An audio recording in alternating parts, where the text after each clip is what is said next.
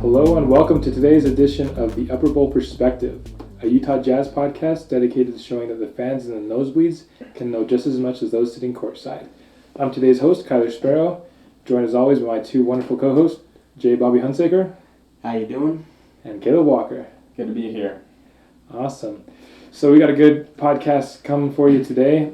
The first few have been more focused on hypotheticals, but today we're going to talk about some good news that's happened in the last few days for the Utah Jazz. I don't know if you've heard, but we've done a couple of things. So we're really going to focus on the Jazz acquiring, in my opinion, the best point guard we've had since Darren Williams, Mike Conley. We're going to talk a little bit about that, as well as the draft that happened just yesterday. So to start off, we put a lot of research into the draft, and so before we dive too deep into the Jazz stuff, I just we'd take a moment to talk a bit about the biggest takeaways from that event, from the draft. You know, things that we found maybe surprising, maybe underwhelming, or things that just stood out to us in general. So let's start with you, J. Bobby. What did you get from the draft in general? What stood out to you? I think something that stood out to me a lot was just how many trades there were. I mean, I've looked at a few different NBA drafts over the years, and I've watched some, but I don't ever remember seeing one where the trading was as ridiculous as it was last night. I think it was really interesting to see how many teams were vying for certain guys and really trying to trade up to get more assets when this was widely considered to be an underwhelming draft. A couple of the players that really stood out to me, obviously Bol fell down to 44th. That was surprising. I thought he was for sure going to be picked in the first round. I thought he was actually going to be picked in the late teens. So that was a huge shock to me. I was happy to see that Cam Reddish fell to a place where I felt that his talent actually lies. I thought 10 was a really good place for him to go. There were a lot of things that really made me feel validated in my opinions where I saw players go where I thought they should go. So I thought it was a fun draft. Yeah, this was the record for most trades ever in a draft. And what really surprised me about the trades even more than just the sheer number was a lot of them were before the draft even started. You know, you had the Hawks, you had the Timberwolves trading up into the top 6 picks before the draft even started because it was just known who was going to go in those top 6. But what stood out to you, Caleb? Trading was a big thing to me, and I was just very surprised by some of the reaches that people made to pick people, I guess, that they loved. The most notable, probably, being that of Cameron Johnson by the Phoenix Suns. I have little to no idea what they are planning, but obviously they're planning something because nobody expected them to do that, and probably no one would have. They could have gone back probably 10 picks and still picked him up. 5 at least to be safe, but he was, and Rui Hachimura also, the Wizards.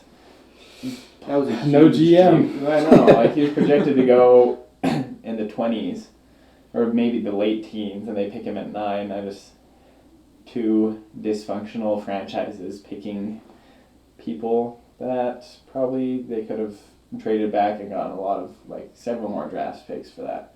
Yeah, I think you look at some of those reaches, and I just sit here and I just thank the stars that we have Dennis Lindsey and Justin Zanuck, because I think draft night is one of those times of the year where you really see that those organizations that have great front offices and those that don't, just by kind of how they use their draft picks and how they draft on draft night. So I would completely agree with that, Caleb, that you can see the teams that really struggle with the draft and made really questionable decisions. You look at their organization in general, and it's just crazy. It's not the type of organization you would probably want to play for if you're a player. Yeah, my biggest takeaway is there's a couple teams that I really like that are in the rebuilding phase. I call them my favorite teams that suck. And those are the Hawks and the Grizzlies. And those two teams both added to what were some of my favorite cores out of the teams that are in that rebuild phase. I mean, the Hawks just look like they have an amazing lineup. They already have Trae Young, Kevin Huerter, and John Collins, which is a trio that I love. They had DeAndre Hunter and Cam Reddish, who Jared talked about a little bit before, but I just love those fits. And then in the second round, you get Bruno Fernando to be that 5 that can defend and protect the rim alongside John Collins. I just really love what they're doing. And along with that, I really also like just the Grizzlies. I think Brandon Clark was a guy that fell maybe a little bit lower than he should have, but he went to I think the perfect 5 alongside him. Like before the draft, I thought Karl Anthony Towns was like the best fit alongside him, but I didn't really even consider the Grizzlies. I think Jaren Jackson Jr. along with Brandon Clark makes one of the most intriguing front courts in the NBA. But let's transition from one of the most intriguing front courts to now one of the new most intriguing back courts in the league. Let's talk a little bit about this awesome trade that made the Jazz not be able to select in the first round of this draft. We traded for Mike Conley of the Memphis Grizzlies. So just to go a little bit over what happened with the trade, just the details. The Jazz received Mike Conley, and we give away Jay Crowder, Grayson Allen, Kyle Korver, that 23rd pick, as well as a future protected first-round pick. And for those who haven't got the details of what that protection is, in next year and in 2021, that is a pick that will only convey if it goes between 8 and 14. After that, it becomes a top 6 protected in 2022, top 3 protected in 2023, and top 1 protected in 2024. So it's most likely going to convey in that 2022 season. But Caleb, what's your initial reaction to the deal? What does Mike Conley bring to the Jazz? What kind of player is he? I think that he is the perfect complement to Donovan in the backcourt, and he will allow the Jazz to be their best selves. There's a lot of talk about how the stretch 4 was the biggest need that we have, and I think that is true. Like, our best plus minuses and our best differentials came with Jay Crowder on the floor and having that stretch presence. But Mike Conley is just a veteran presence that's consistent at point guard. He has had injury troubles, but mainly it's if he had that one season where he was out almost the whole season, and he's had a plaguing foot injury, just a minor one that he's played through and had a career year last year, so like it's not a big deal. I think he spreads the floor, he runs the pick and roll, he's one of the best pick and roll men in the league, and that is just a deadly pairing with Rudy Gobert. He has a lot of the same skills that Donovan has, where he's able to split the defense and probe, break kind of that first wall and get in and make reads to kick out to people or go in for the little floater or a mid-range jump shot. And I just think watching some of his highlights and some of his just him playing last year, it looked a lot like Donovan-esque to me in his playing style, and I think just having 2 of those people in the backcourt is going to be a terror for defenses, and I love it. I think what excites me most isn't so much the Mike Conley, but kind of as Caleb was saying, the combination of Mike Conley and Donovan Mitchell. Because both of them, for the entirety of their careers, have really been the only offensive weapon in the backcourt for their teams. I mean, Mike Conley, he's never played with a great shooting guard alongside of him in his 11 years in the NBA. And Donovan Mitchell's been with Ricky Rubio for the first years of his career. So I'm excited to see what will happen when you have 2 solid defensive guards who can both make shots, create shots, who are great on the offense. I think it's going to be really cool to see how they work together. I think they're going to take the pressure off of each other. I think they're both going to get better looks, and I think they're going to be even better together than they would be individually. Because they've both been really good individually. Both of them are, even though they've never been selected as an all-star, they're both kind of like on the fringe of being one of those selections. And I think to see how they're going to work together, they're going to be so incredibly better together than they would be by themselves on another team. Yeah, and I forgot to mention, like, this is going to let Joe Ingles be Joe Ingles again. He's not going to have to be the point guard for the second unit, and when Ricky's out, be the point guard, basically. This will allow him to not have 2 people guarding him, not have people playing help defense on him as much, and because they'll have to focus on the backcourt, and he'll be able to spot up in the 3 and just be that Jingling Joe that we loved from 2 years ago, that we kind of lost last year because he was asked to do so much in the offense this year. Yeah, let the jingle goat be the jingle goat. So, Mike Conley, for me, as Caleb was saying, he's a guy his strengths fit what the Jazz do so well. He has been, for the last several years, in at least the 80th percentile, but a lot of times he's actually in the 90s in his pick-and-roll ball handling, and the Jazz are the number 1. We run the most pick-and-rolls. We finish the most possessions on a pick-and-roll than any other team in the NBA, so that's really going to help. He's a guy who is active off ball on offense, so he will be able to come off screens, but at the same time, he's really going to free up and be kind of that 1A, 1B ball handler, and which is, we kind of forced Joe Ingles into that role as the secondary ball handler, but I think having him lets Joe Ingles just lead the second unit in ball handling a little bit more, because we saw that Joe Ingles, Derek Favors pick and roll really destroyed second units last season once Joe was able to just kind of lead that second unit, but when against the first unit he was kind of struggling. So yeah, I think David Locke talks about the rightful order of the basketball universe. I think Mike Conley definitely does it, because not only does he complement Donovan, but he puts everybody in a more favorable role for their skill set. But something that I want to talk about, I've heard conflicting reports. A lot of people say one way and a lot of people say the other way, but what do you guys think Mike Conley does to the defense? Some people say we have too small of a backcourt, a 6'1" guy and a 6'3" guy, and then Joe Ingles is a little slow, so we don't have that upper level perimeter defender, while other people say that Mike Conley is exactly what they need and that what the Jazz need, and that their defense isn't going to take any step back. So Jay Bobby, what do you think Mike Conley is going to do for this vaulted Jazz defense that we've seen for the past few years? Well, I think really the only argument against that is Mike Conley's size, because he is only 6'2". But he was selected to the All-NBA defensive team back, I think it was the 2012-2013 season, and he's been widely considered for the past several years as one of the better defending point guards in the league. I can see where people are coming from, that they might be a little worried that we do have a small backcourt with Mike Conley at 6'2", Donovan at 6'3", but I think those worries are somewhat unfounded, just because we were still the number 1 rated defense in the league last year after the All-Star break, and that was with Ricky Rubio as the point guard, and Mike Conley is definitely an upgrade defensively over Ricky Rubio at the point guard position. I don't think any team is going to be completely infallible when it comes to their defense, so to say that the Jazz have a perfect defense would be a false statement, but I think it's a definite improvement from where we were last season. Yeah, I agree with that. Like, Ricky is known for being a plus defender, along with his passing ability. Like, that's his thing. It's obviously not his scoring ability, but like working with defense. But I think this past season he wasn't as good, and that might have been injuries and just aging maybe. But I think Mike Conley is a better defender, like Jay Bobby said. Just he is. I think he's a better in the system defender. Ricky's not like, he likes to pickpocket people. I mean, he sometimes has a tendency to overplay the defense, like for the steal, which puts a lot of pressure on Rudy.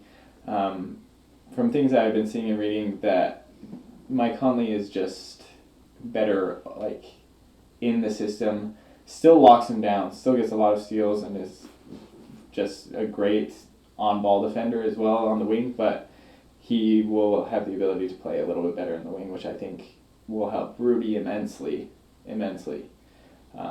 Take a little bit of pressure off him, and I think that he'll fit really well with the Jazz. And they're a little small, but like Donovan was drafted for his defense. Mike Conley's known for his defense too. Like, we'll be fine. Yeah, I don't think either of them are bad defenders, and I don't think there's really, in the entire NBA, I just can't think off the top of my head, maybe if I studied I could, but there's a single backcourt that just has 2 super awesome defenders. And I think maybe the biggest note for me that we haven't touched yet is right now our 2 best guard/wings coming off the bench are Dante Exum and Royce O'Neal, and those are 2 very high-level defenders, and a lot of those backcourt minutes are going to be with one of Donovan or Mike, along with one of those 2 other players. So I think those 2 guys coming off the bench are both more than capable of guarding the other team's top perimeter player at any point in time. So I do think that the Jazz defensive system is going to be fine, even though the one thing is, yes, they're both kind of short, but Donovan does have that long wingspan that helps make up for it. But let's just talk about where this leaves the Jazz in comparison to the West, because last time we talked about the West being wide open. And I think, obviously, the number one goal with this trade was to raise the Jazz ceiling.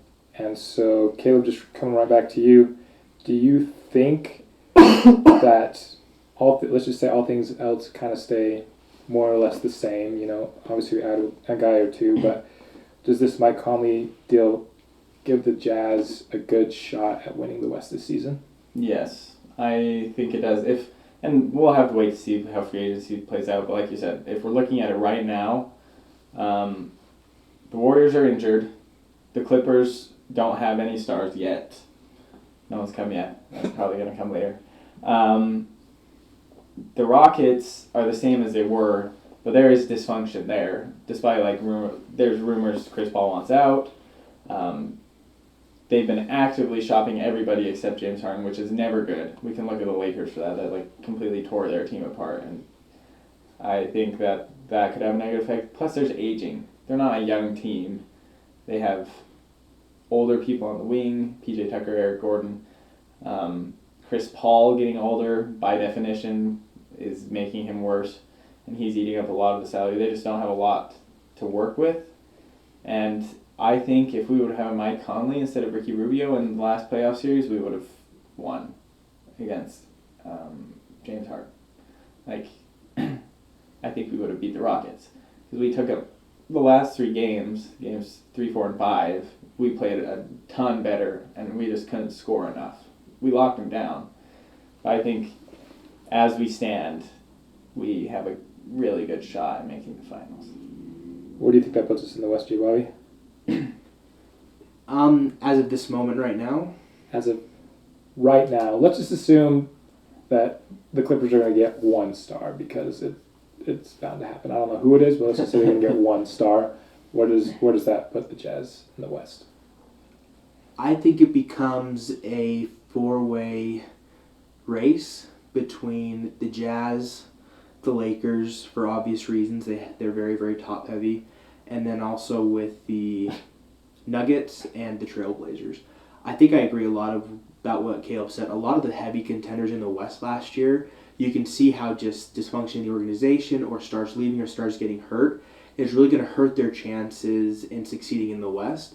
And the only teams that were contenders last year that I haven't seen that with are the Nuggets and the Blazers. So depending on how they're able to develop their younger players over the offseason, how they play next year, they could possibly be contenders. And then the Lakers, because they have 2 of the top 6 or 7 players in the entire league, they're going to be tough to beat. If I had to put my money on it, I'd probably say they're number 2. But to the Lakers, just because Anthony Davis and LeBron James together, along with progressing Kyle Kuzma, is a very scary thought of having to play against, especially in a 7-game series. But I feel confident that, as of right now, the Jazz could take on anybody else in the Western Conference. Yeah, my only concern with the Lakers, like you said, they are top-heavy. They might be starting a veteran minimum player if they end up getting that 3rd star, which is just somebody that come playoff time, that's somebody you're going to pick on the entire series. And they're just, I know you don't want to bet on injuries or anything, but they're just a player away from starting 2 veteran minimum guys. So there's somebody but they do have that high potential, like you said, with 2 top at least 8 players. I think for me, the Jazz are definitely in the mix. If they don't change anything else, I think they need to very wisely use that mid-level exception on a 4 that can space the 4, just because, as Caleb alluded to before, the Jazz offensive rating and defensive rating, just plus minus, that differential skyrockets with somebody that can space the 4. And it doesn't even need to be a good player. Like Jay Crowder shot 30, just barely over 30%, and it still did so much. So I think if Derek Favors has to play a lot of time at the 4, it definitely limits the Jazz. We see it in the playoffs. Like the Jazz played Derek Favors at the 4 almost nothing in the playoffs, just because he's almost unplayable there. So I do think our title contention still hinges on what we do at the 4 position, because it was stated as our biggest need by some Jazz fans for a reason. I do agree that point guard was even bigger than the stretch 4, but I do believe that is a huge need for the Jazz, because we gave away Jay Crowder, because not only did he stretch the floor, but he also just provided so much grit and toughness, and it does leave our team a little bit shallow. So I'm still in a little bit of a wait and see to see if we're contenders yet or not. But one last thing before we move on to this draft, I just want to get your opinions on this package, particularly the assets that went out: Kyle Korver, Grayson Allen, Jay Crowder, and the 2 first-round picks. Do you guys think that was a steal by the Jazz? Do you think it was good value, or do you think that maybe the Jazz paid a little bit of a rich price for a guy who's in his 30s getting paid $30 million a year for the next couple of years? I think it's pretty close to right on even. If you think about it, this is one of the most underrated point guards and a fringe all-star his whole career, like most of his career. If you look at some of the trades that have happened for all-star guys or have been rumored for all-star players, this is pretty similar range, a little lower because Grayson's not that great. He never played. Kyle Korver, he's a fantastic shooter. We didn't play him that much in the playoffs. He kind of dropped off and he's like 39 or however old he is. 38, yeah. Jay is good, can't shoot. He's like a stretch 4 that's not quite a stretch 4. Tries to be a stretch 4 with limited success. Yeah, and this is a weak draft. I think we got guys similar, and like you could have gone anywhere from 18 to 40 with your pick. And when we were picking at 23, like any of those guys that went in that range would have been a solid get. So not a great pick this time. The one that I don't love is the protected pick, just because that's set probably to convey in 2022, which is if they have the age change or the rule change to allow 18-year-olds to enter the NBA draft without going to a year of college first. Right now it's that they have to be 19, turn 19 in the year that they're drafted. If they change that so that they can still be 18, that would probably happen in that year, and then that's going to be a huge, very talented draft class, because you're going to basically have 2 years worth of people in there. And I would love if they could have worked it so that wasn't the year it probably convened in, but I'm sure Memphis did that on purpose. So that's the one thing I don't love, but otherwise I think it was a good trade, solid trade. I read an article that I believe was actually published by a Memphis newspaper, and the title read something to the effect of Utah Jazz acquire all-star level point guard Mike Conley for 3 cruddy players and a future first-round pick. And the more that I thought about it, the more that I thought, you know what, as much as I love Kyle Korver, as much as I love Grayson, as much as I love Jay, I love them because they were Jazzmen, not because necessarily what they bring to the table right now. I mean, I love Jay. His intangibles are off the board, but he's pretty inefficient, and he has some flaws in his game. Kyle Korver is getting really, really old to the point that you wonder how much he can contribute at 38 years old. And Grayson Allen had a very underwhelming rookie season. So the fact that we gave 3 guys that I didn't see contributing incredibly much to the Jazz's playoff hopes, other than the exception of possibly Jay Crowder, I think the fact that we got Mike Conley, that the deal was worth it. I mean, I don't think the pick that they got from us this year at 23 was really all that impressive. I don't think it's going. I thought it was totally worth it putting it in the trade package. So overall, I was super happy with the trade because we got to keep Dante Exum, who has the highest ceiling out of anybody we could have traded.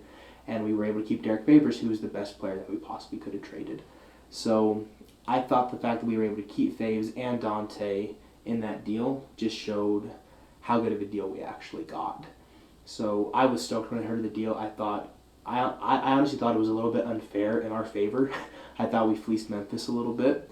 But I don't have a problem with that because I think it's going to help us as we try to chase a Western Conference Finals this year.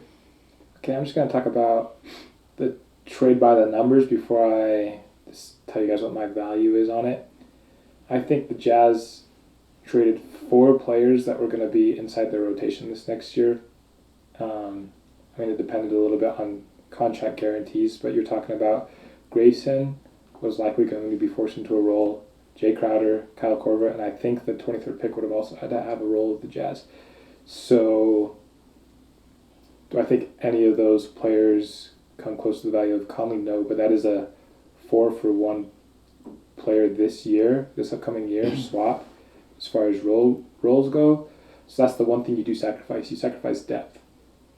Yet, at the same time, you look at the top of the NBA, and every year by the end, you're getting 7 to 8 man rotation. And I think this trade still gives the Jazz an opportunity to have a really, really solid 8-man rotation by the end of it.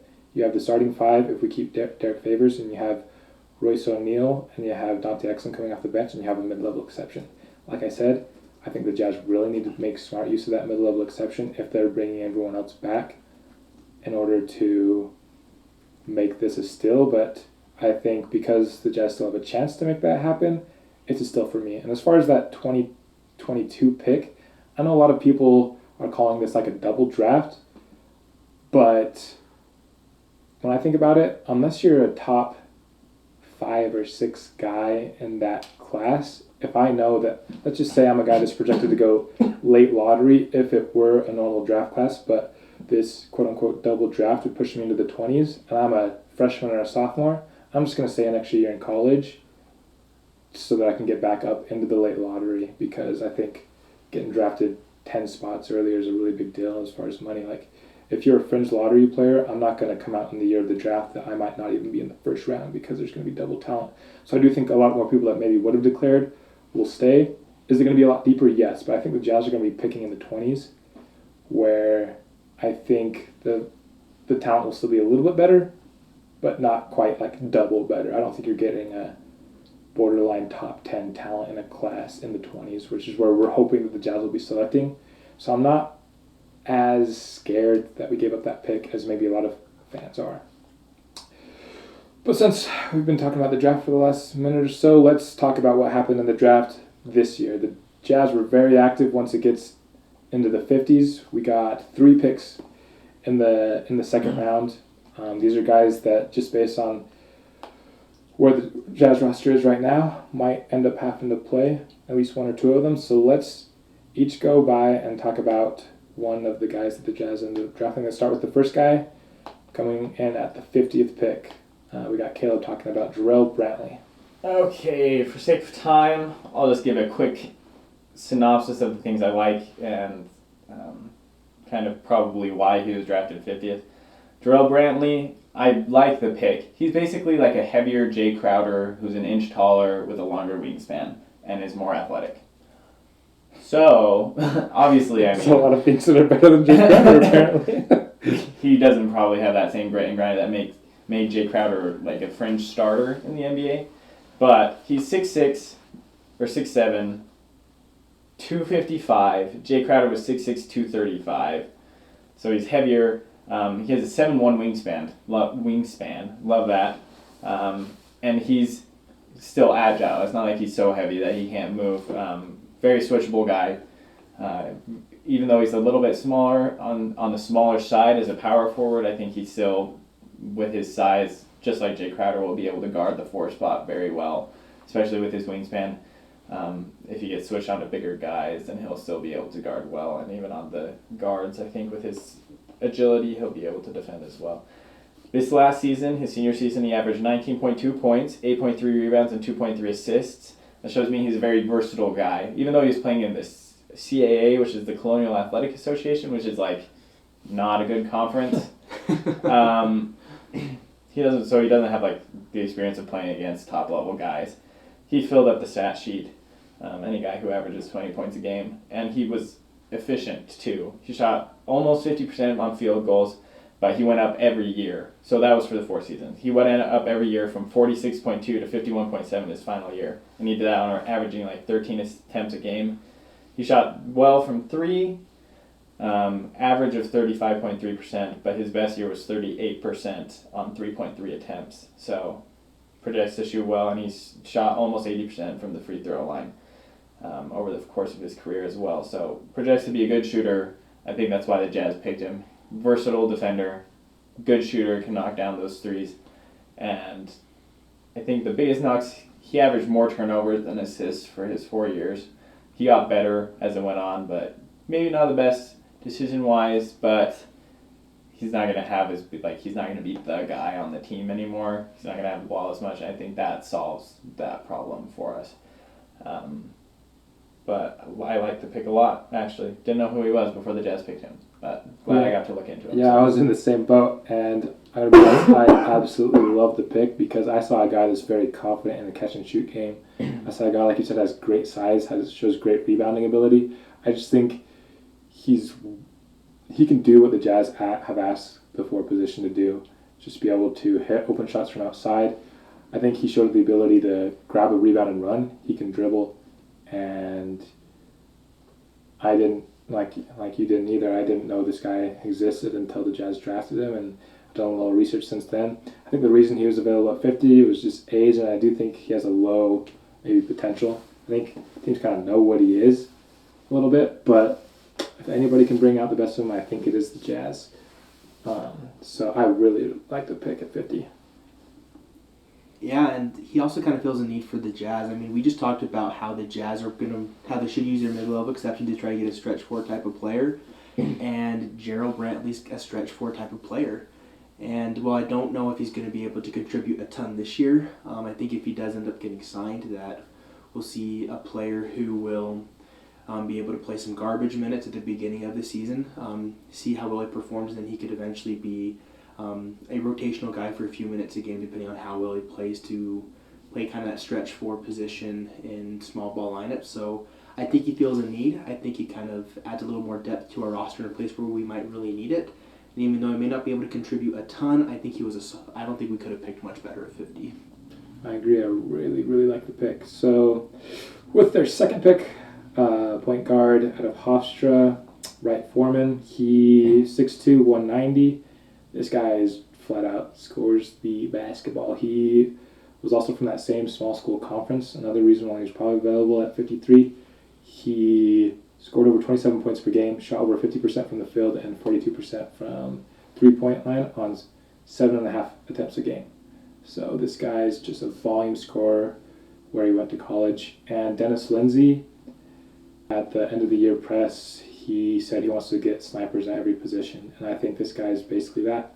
He's a guy that can score off the dribble. He can score off spot-ups. His role obviously isn't going to be the same if he does get playing time with the Jazz. Doesn't show very good playmaking ability or defensive ability, which might make it hard for him to get minutes early on. But if he can show those things up a little bit, I like him as a guy that can provide a scoring punch and energy off the bench. Yeah, I think really his only downsides are that he did play in the Colonial Athletic Conference. We don't really know how well he's going to perform against greater competition. But I think he's a guy who has the potential to be a sniper off the bench and to be a little bit of a spark plug. So I'm excited to see how he performs in Summer League and to see if the Jazz roster might actually have a spot for him.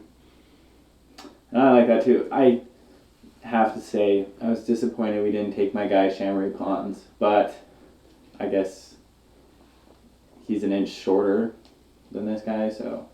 And the Houston Rockets picked him up of all people. Yeah. But Brett Foreman, I think what separated him from Shamrock Pons, he has a 6'7.5" wingspan. Oh, so he has a lot of length where Shamrock Pons maybe. He has like a 6'3" wingspan. So yeah. Understandable. I understand, and I like the pick. Just same reason I like Shamrock Pons. He's a guy who can come off the bench and score, and that's what we need really. So I like it. All right, and our last pick we got Mie Oni. Honestly, I was incredibly excited when the Jazz picked him at 58. I thought he was going to go undrafted, so when the Jazz got him, I was super excited. He's a 6'6", 210-pound shooting guard from Yale, of all places. This guy was an Ivy League school player. He also has a 6'11" wingspan, which is great. He has the size to be able to guard the 1 through 3, which is really cool to see how he was able to do that. Last year, he averaged 17 points a game, 6 rebounds, and almost 4 assists.